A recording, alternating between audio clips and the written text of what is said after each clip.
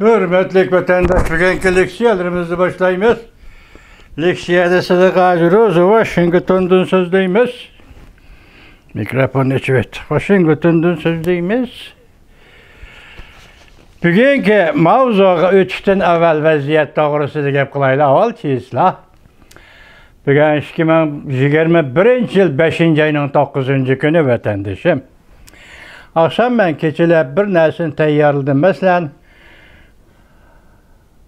Hanzo demokratlardan Johnson'ca efendisiyle tanıştık. Bu bir mavzu aslında. Bu mavzu manda oldu. Birleşken Devletler Teşkilatı'da bir çatak iş yüz beridi dedi. Xi Jinping Allah zadı bulup kaldı dedi. 2 gün içinde 6 devlet rehberlerine telefon verdi. YouTube Johnson'ca 5. ayının 8. günü torpilimi.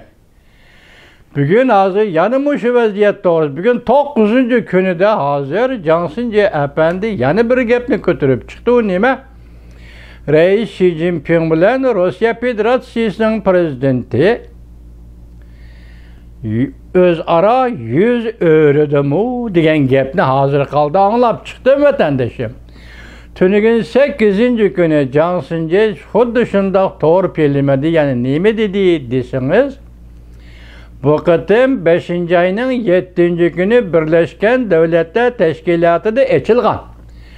Cungo Kompartiyası yaki Cungo hükümetinin devletinin Taşqi İşler Ministeri Wang Yi efendi riyasetçilik kılgan.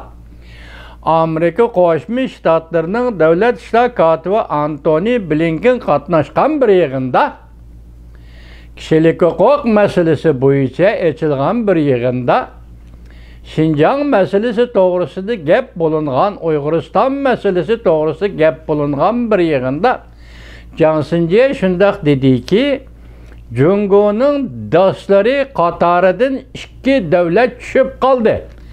Bunun birisi Rusya, yana birisi Çavuşan.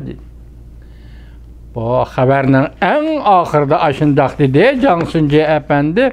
Bu hakikaten Johnson'ca efendi hem özü oylaydıgan, hem başkalar oylaydıgan bir mesele bulup kaldı vatandaşa.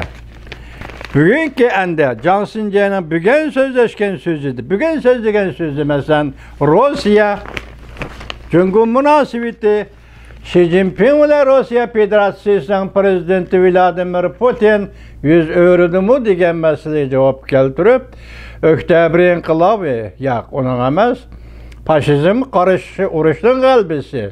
Her yılı 5. ayının 9. günü o deyme, bugünlerden o deyme. Moskva Kızıl Meydan'da harbiy parad o'tkaziladi. Harbiy paradga her yılı Jungo'nun vekillerini hazırgacha teklif kılgan edi deydi o Johnson'ca. Bu yıl harbiy paradga Jungo'nun harbiy vekilleri teklif kılınmadı. Yoki harbiy paradga Jungo'nun harbiy kısımları berip katlaşmadı, katlaşmaydigan bo'ldi hesapta. Bunun sebebi nima dedi? Şunun misal keltirip oturdu. Hazır Johnson'ca efendi bu soğukçılıktan qayerdan başlanganligini. En mühimi bu yıl 3. ayının 18. günü Amerika Qo'shma Shtatlarining Alyaska shtatida o'tkazilgan 2 davlat Jungo Amerika yuqori darajaliklar suhbatidan keyinla masalan 22. günü masalan suhbat 19. günü oxirlashdi. 22. günü Rusya Federasyası'nın Taşqi İşler Ministeri Lavrov Beijingni ziyorat qildi. Görüşkende, söhbetleşkende Jungo əməldarları, yani Ministeri Wang Yi Beijing'de emas, Beijing'den allaqandaq yere Güycü ülkesiga elip ketdi. Bunun sebebi nima deganlarni yana qaytadan tahlil qilibdi Johnson'ca efendi, biz bu to'g'rida sizlarga so'zlab bo'lgan edik. Lekin meselenin tügünü ne dese, tünügünkü xabarga qaraganda, hozir Johnson'ca Çavuşan hem Rusya Xinjiang meselesi bo'yicha dedi Johnson'ca, Uyg'uriston meselesi bo'yicha, yani kishilik huquq meselesi bo'yicha devletler ara qollash ve qarıştırış hareketi yüz berip, bu qatim Cungo'nun qadinas dostu bo'lgan Rossiya Federatsiyasi bu qatordan tushib qoldi. Yani dostlar qatoridan tushib qoldi. Cungo'ning Şinjan meselesi, Uyg'uriston meselesi bo'yicha qollash qatoridan tushib qoldi. Chavshan ham Şinjan meselesi, yani Uyg'uriston meselesi, kishilik huquq meselesi bo'yicha Cungoni qollash qatoridan tushib qoldi deb shunday bir xo'sh xabarni avatdi. Xo'sh xabarni so'zildi. 2 kundan beri vatandaşlarım, bugün sizlarga men bu xabarni leksiya qilib yetkazishim kerak edi. Lekin hozir yana bir xabar. Balki buni anglab bo'ldinglar, anglab bo'lgan bo'lsanglarmi, yana bir xabar. Mesela Birleşken Devletler Teşkilatı Uyg'uriston meselesi bo'yicha yig'in ochdi. Bugün mushu to'g'rida sizlarga leksiya so'zlaymiz. Hammadan qiziqtiradigan nokta nima desa, men sizlarga boshdan oxir so'zlab kelyaptim vatandaşlar. Rossiya bilan Cungo'ning munosabati zodi qanday bo'ladi? Hozirgi ahvoldan qaraganda xalqaro siyosatga birlashtirib qarasangiz, dal mushu kunda Uyg'uriston meselesi ko'tarilib chiqayotganda Rossiya bilan Cungo'ning munosabati shu darajaga tushgan bo'lsa, bu yerda cho'qon bir gap bor vatandosh. Diplomatik munosabatlarda Rossiya Federatsiyasi bilan Cungo rahbarlarining ahvoli mushu darajaga tushgan bo'lsa, bu yerda bir gap bor vatandosh. Endi 5-oyning 12-kuni Birleşken Devletler Teşkilatı'da maxsus Uyg'uriston to'g'risida echildigan, kishilik huquq to'g'risida echildigan yig'in nima fikrlar o'tirib qo'yildi.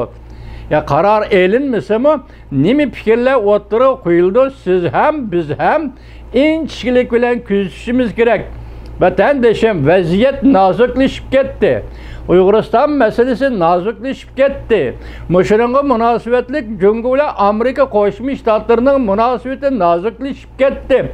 Siz ham bu nozik vaziyatga nozik diqqat qiladigan vaqt yetib keldi, hurmatli vatandosh. Dal shu vaqtning ichida yashayapsiz.